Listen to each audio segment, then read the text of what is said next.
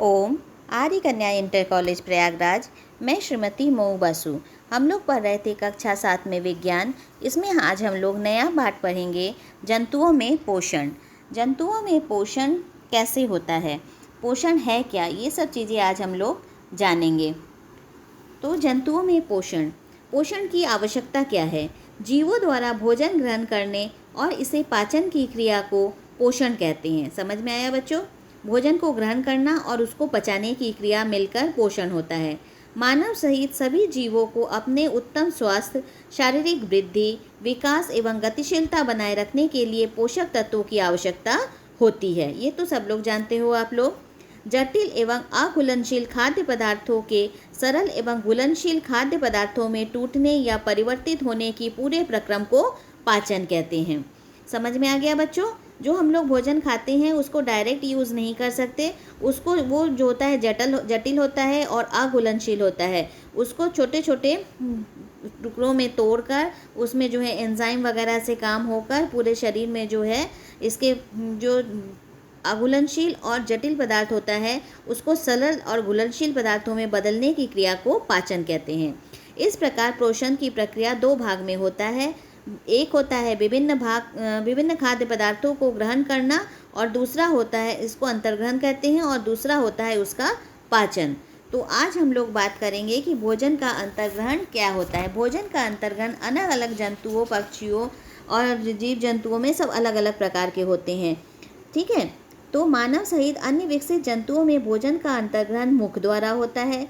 चींटी, मक्खी, केचुआ, गौरैया, मेढक आदि में भोजन का अंतर्ग्रहण इसके अतिरिक्त मधुमक्खी, तितली आदि कीटों में के मुखांग जो होते हैं ये विशेष प्रकार के होते हैं। सरीसृप वर्ग के जंतु जैसे छिपकली के दांत मुड़े और नुकीले होते हैं। स्तनधारियों के दांत काटने, फाड़ने और चबाने के अनुरूप होते हैं। हम भोजन को खाते हैं ना, तो सबसे पहले वो कहाँ जाता है, मुख में जाता है। वहाँ हम लोग भोजन को क्या करते हैं, एकदम चबा के लुगदी बना देते हैं।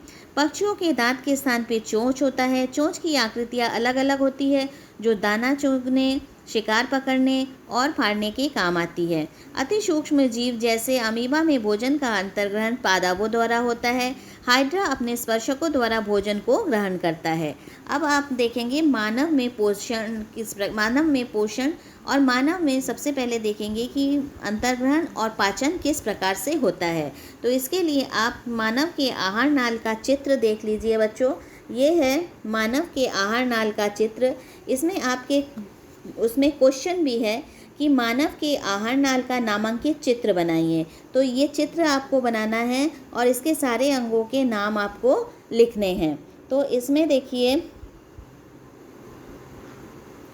ये देखिए, ये नासा गुहा है। इसके बाद ये मुख है। मुख से भोजन कहाँ पे जाता है, मुख गुहा में जाता है। मुख गुहा में दांत है। इसके बाद यहाँ से भोजन ग्रसनी से होता हुआ ग्रास नली में जाता है।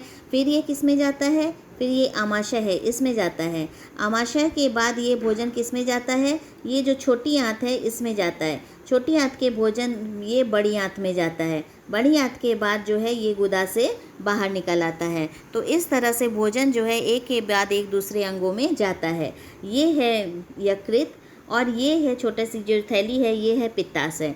और यहाँ पर जो है, यहाँ पर अग्नाशय भी होता है। ठीक है। और इसके बाद देखो ये छोटी आंत हो गई। ये वाली जो स्ट्रक्चर है ये बड़ी आंत है। ठीक है। और ये कोलन है बड़ी आंत में ही। और ये बड़ी आंत के नीचे ये छोटा सा जो होता है अपेंडिक्स होता है। ये अवशेषी अंग है हम लोगों का। इसके बाद ये मलाशय, फिर ये गुदा। तो इतना आप लोग समझ गए होंगे। इसको आपको समझना है और इसका चित्र बनाकर आपको ये समझना है। इसके बाद बच्चों हम लोग पढ़ेंगे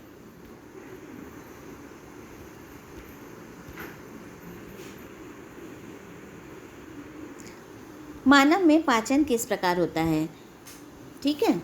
तो देखो बच्चों, मुख गुहा, ग्रास नली, आमाशय, छोटी आंत, बड़ी आंत, मलाशय तथा गुदा या मलद्वार आहार नाल के विभिन्न अंग होते हैं। मनुष्य में 4 प्रकार के दांत होते हैं।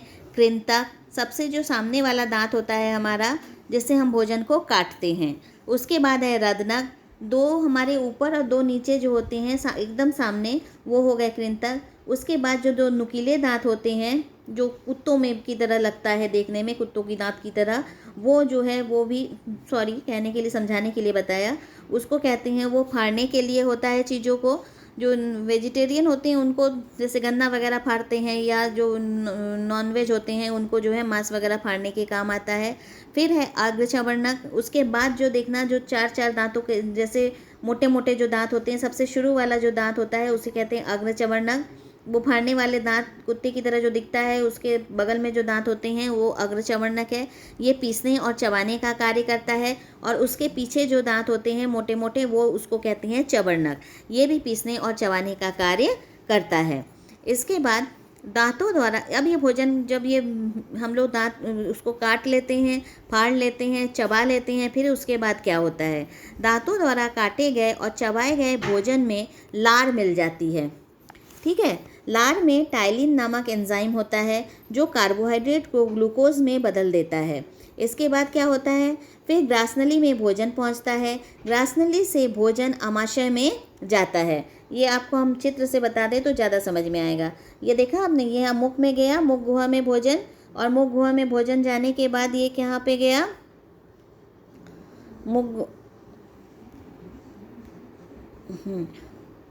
ये मुख गुहा में भोजन गया।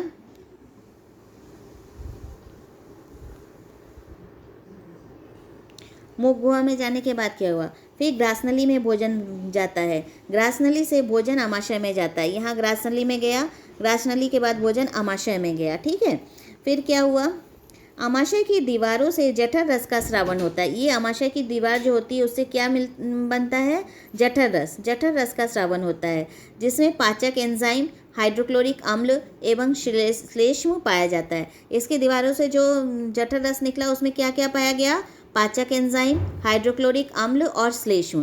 पाचक एंजाइम जो होता है, पेप्सिन द्वारा प्रोटीन का पाचन होता है और रेनिन द्वारा दूध से दही बनता है, मतलब दूध का पाचन होता है। इसके बाद आपके किताब में सवाल है कि आमाशय से स्रावित अम्ल का क्या कार्य है। आमाशय से हमने अभी बताया कि हाइड्रोक्लोरिक अम्ल स्रावित होता है। तो आमाशय से स्रावित हाइड्रोक्लोरिक अम्ल भोजन के माध्यम को अम्लीय बनाता है, भोजन में उपस्थित सूक्ष्म जीवाणुओं को नष्ट करता है और भोजन को सड़ने से बचाता है। हाइड्रोक्लोरिक अम्ल का सिर्फ इतना ही काम है। तो यहाँ पे क्या क्या हो गया, भोजन के सूक्ष्म जीवाणु नष्ट हो गए, सड़ने से बच गया और भोजन का माध्यम अम्लीय बन गया। यहाँ पर पेप्सिन से प्रोटीन का पाचन हुआ और रेनिन से दूध का पाचन हुआ।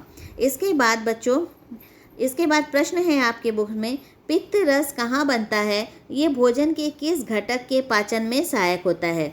तो अब देखो बच्चों, आमाशय से भोजन जो होता है वो छोटी आंत में पहुँचता है। ये जो भोजन गया, इसके बाद ये जो एकदम कुंडलित नलियाँ हैं ये बहुत लंबी होती है, इसमें ये भोजन गया। यहाँ पर क्या होगा, यहाँ पित्ताशय से निकलने वाला पित्त रस, ये हमने बताया ना, ये देखो पित्ताशय है, ये यहाँ से आने वाला पित्त रस मिल जाएगा। ठीक है, पित्त रस, अग्नाशय से निकलने वाला अग्नाशयी रस। अब यहाँ पे अग्नाशय होता है, अग्नाशय से निकलने वाला ये अग्नाशयी रस भी इसमें मिल गया छोटी आंत के भोजन में। भोजन में उपस्थित प्रोटीन और वसा का पाचन करता है। तो पित्त रस और अग्नाशयी रस किसका पाचन करता है, पहले ही देखो प्रोटीन का पाचन हो गया था, दूध का दही बन गया था। अब इसके बाद जो है अग्नाशयी रस और पित्त रस जो होता है प्रोटीन और वसा का पाचन करता है। अब भोजन छोटी आंत के अंतिम भाग में पहुंचता है। ये छोटी आंत का जो अंतिम भाग है वहाँ पर पहुंचता है। इस भाग द्वारा पचे हुए भोजन के पोषक पदार्थ अवशोषित हो जाते हैं। अब यहाँ तक आते आते भोजन के जो पोषक पदार्थ होते हैं वो अवशोषित होकर शरीर में चले जाते हैं। इस क्रिया को अवशोषण कहलाता है। अब इसके बाद जो यहाँ पे छोटी आंत में हुआ, प्रोटीन और वसा का पाचन हुआ और उसके बाद जो पोषक पदार्थ मिला वो शरीर में अवशोषित होकर चला गया। इस क्रिया को क्या कहते हैं बच्चों, अवशोषण। अवशोषण के बाद पचे हुए भोजन का उपयोग कोशिकाओं द्वारा शरीर की वृद्धि एवं अन्य जैविक